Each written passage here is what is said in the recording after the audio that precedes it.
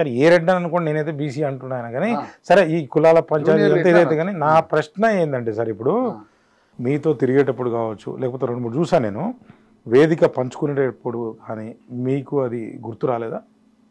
మీతో పాటు ఆయన కొంత తిరగడం జరిగింది, తీన్మార్ మల్లన్న గారు తిరగడం జరిగింది, అప్పుడు కూడా ఇలాంటి ఉద్యమమే మీకు. అట్లా కాదండి, నాతో రెడ్డిస్ తిరిగిండ్రు, నాతో బ్రాహ్మణులు తిరిగిండ్రు, నాతో వైశ్యులు తిరిగిండ్రు. సమాజ మార్పు కోసం ఎవరైనా వస్తారు నా దగ్గర. అంటే ఆయన ఇప్పుడు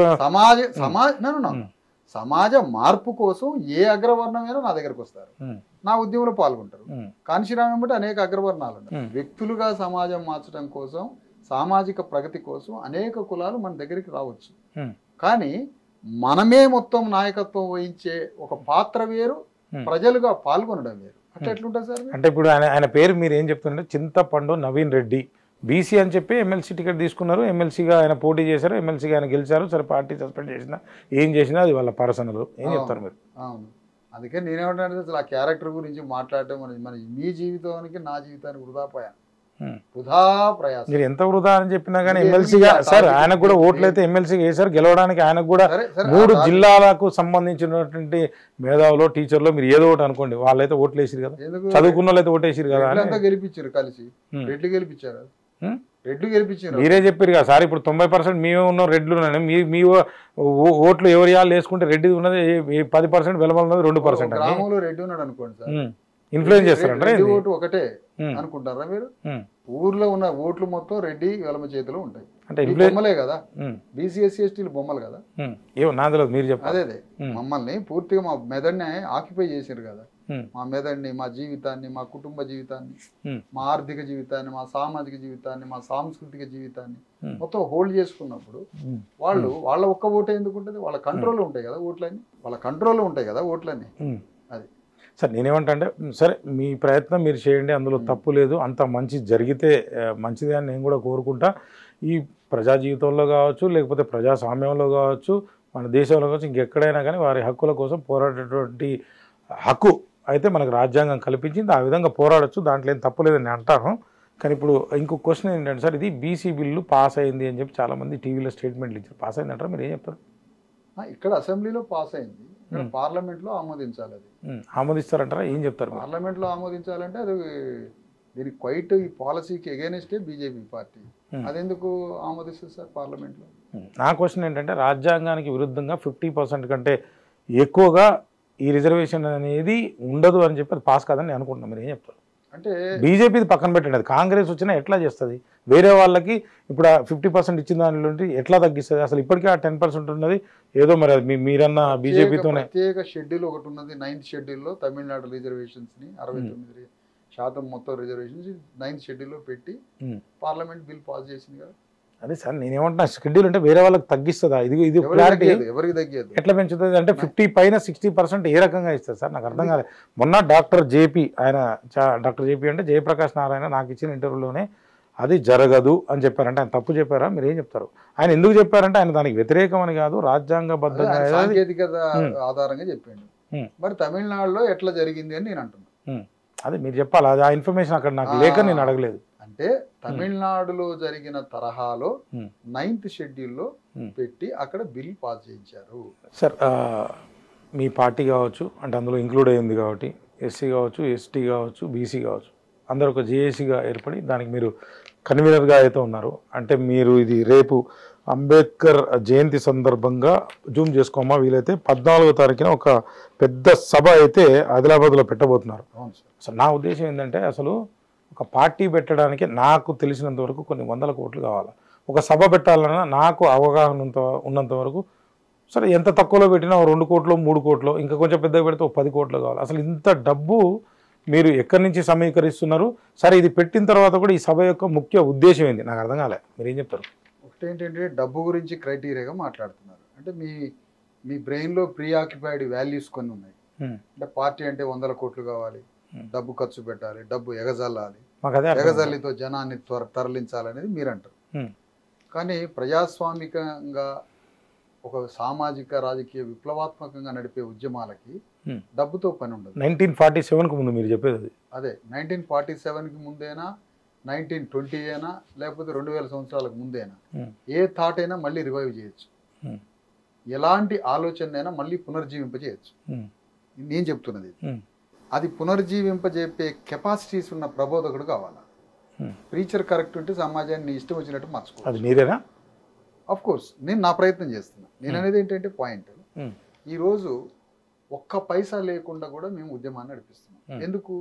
మేము ఏ ప్రజల్ని అడ్రస్ చేస్తున్నామో ఆ ప్రజల పార్టిసిపేషన్తో జరుగుతుంది. సమాజంలో 10,000 రూపాయలతో బతికే కుటుంబం ఉంటుంది, 10 కోట్ల రూపాయలతో బతికే కుటుంబం కూడా ఉంటుంది. 10,000 రూపాయలతో బతికే కుటుంబం నుంచి కూడా MBBS సీట్ సంపాదించే ఉన్నతమైన విలువలతోటి కష్టపడి చదువుకునే కుటుంబం ఉంటుంది. సామాజికంగా సాంస్కృతికంగా సమాజంలో 10,000 రూపాయలతో బతికేవాడు కూడా గౌరవంగా బతకొచ్చు. అందుకనే మా ఉద్యమంలో కోట్ల రూపాయలు లేవు, 100 కోట్లు లేవు, ఏమీ లేవు. పీపుల్ పార్టిసిపేషన్ తోటి ఉద్యమం నడుస్తుంది. కాబట్టి ఈరోజు తెలంగాణలో యుగ యుగాలుగా శతాబ్దాలుగా భూమికి, రాజ్యానికి, సంపదకి, సామాజిక గౌరవానికి అన్నింటికీ దూరం అయిపోయి అణిచివేతకు గురవుతున్న 3.5 కోట్ల మంది తెలంగాణ బీసీ ఎస్సీ ఎస్టీ బిడ్డలు ప్రజాస్వామ్యం వచ్చినాక, రాజ్యాంగం వచ్చిన తర్వాత కూడా, ప్రభువులు భూస్వాములు కూలిపోయిన తర్వాత కూడా మళ్ళీ భారత రాజ్యాంగం వచ్చి ఎలక్షన్ వ్యవస్థ వచ్చినా మళ్ళా ఆ ఫ్యూడల్సే వచ్చి తెలంగాణ గడ్డను పరిపాలిస్తూ ఉన్నాయి.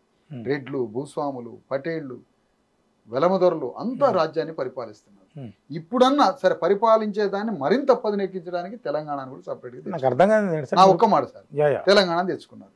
తెలంగాణ తెచ్చుకున్న తర్వాత కూడా మళ్ళీ రాజ్యాన్ని వాళ్ళే పరిపాలిస్తున్నప్పుడు మరి ఈ ప్రజాస్వామ్యం వచ్చింది ఎవరి కోసం? ఓటు హక్కు వచ్చింది ఎవరి కోసం? రాజ్యాంగం వచ్చింది ఎవరి కోసం? ఇంత అణగారిన వర్గాలు తమ స్వరాజ్యాన్ని నిర్మించుకోవాలి కదా. దానికోసం మీ ఎవడి మీదకో కత్తుల కటార్లు పట్టుకొని పోవటం లేదు. మా ప్రజలకి ఫూలే అంబేద్కర్, సాహు మహారాజ్, జ్యోతిరావు ఫూలే సిద్ధాంతాన్ని, కాంచీరామ్ వర్క్ స్టైల్ని నేర్పించి మా ప్రజల ఓటు హక్కుని మేము చైతన్యం చేసి మా ఓట్లు అమ్ముకోకుండా మా ఓట్లని మేము వేసుకొని తెలంగాణ గడ్డ మీద రాజ్యానికి రావడానికి, అయ్యా అందరినీ ఏదో ఒక పార్టీలోకి రమ్మనట్లే మేము పోయి ఇంకో పార్టీలో చేరవటం అనట్లే.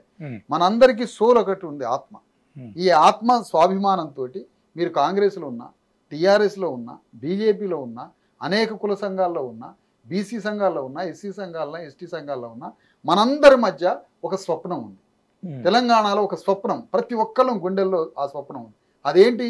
తెలంగాణ గడ్డ మీద 90% ఉన్న బీసీ ఎస్సీ ఎస్టీలు ఒక్కసారన్న తెలంగాణ గడ్డని మనం పరిపాలించుకోవాలా, ఈ సంపదని, ఈ బడ్జెట్ని మనం డిస్ట్రిబ్యూట్ చేసుకోవాలా, ఈ రాజ్యాన్ని మనం పరిపాలించాలా, మానవ గౌరవాన్ని పొందాలా, ఆర్థిక సమానత్వాన్ని పొందాలా, భూమిని సంపాదించుకోవాలా అని ఒక ఏకైక కామన్ ఎజెండా మనందరి మధ్య ఉన్నది. కాబట్టి ఏ పార్టీలో ఎవరున్నా సరే, ఏ రాజకీయ వేదికలో, ఏ కుల సంఘంలో ఉన్నా సరే అందరం కలిసి బీసీ ఎస్సీ ఎస్టీ జేఏసీని ఒకటి స్థాపించుకున్నాం.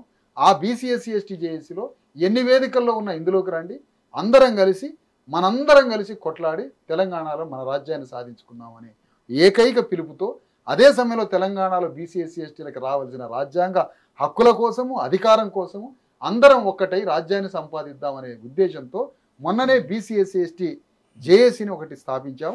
ఆ స్థాపించిన వెనువెంటనే ఒక పిలుపును కూడా ఇవ్వడం జరిగింది.